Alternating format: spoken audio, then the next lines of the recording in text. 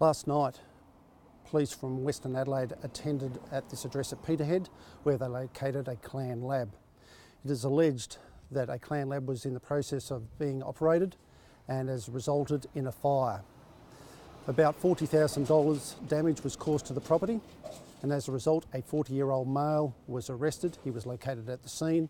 Also, a 35-year-old woman was reported and will attend at the Port Adelaide Magistrates Court at a later time as a result of a summons. This highlights the dangers of people being involved in producing illicit substances. It'll be alleged that this process was being used to make crystal methamphetamines. We are currently got investigators looking at the scene, and we're waiting for chemists to do a full examination. We ask anybody that has any information regarding any clan labs operating to contact Crime Stoppers on 1800 333 000. This does highlight that certain people will use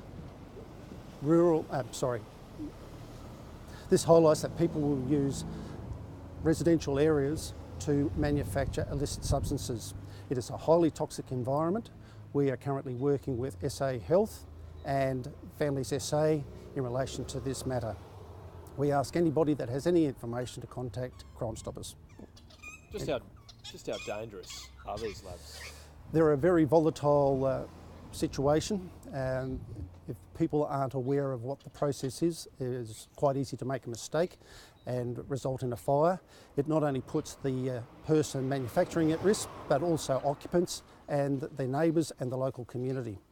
How lucky was it that no one was actually in the shed when it exploded? It was extremely lucky that no one was inside the shed at the time of the fire.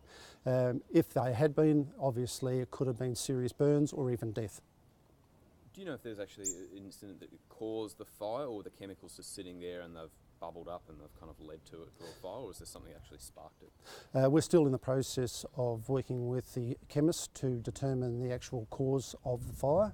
And as to how it started, that'll take some time whilst they do a forensic examination. How sophisticated is the setup inside the shed?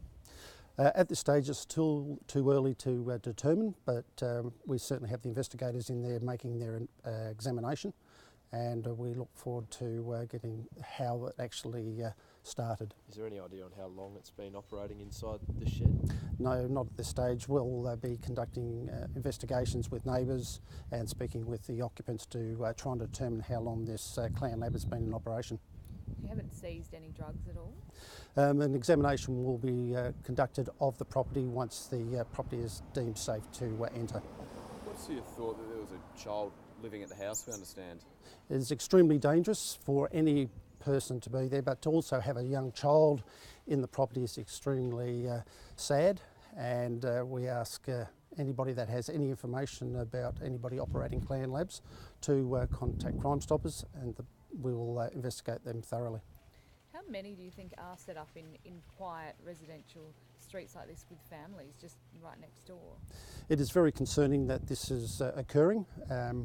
Obviously it does happen from time to time, and we're advised either through people ringing up or police conducting searches, and we ask anybody that has any information to contact us. It is extremely toxic environment, and it is extremely dangerous. We work with local councils and SA Health to remediate sites to make them habitable again. We've worked with the owner of this property and to make sure that they're aware of what's actually occurred and look to clean up the property so that it's suitable for human habitation at a later time.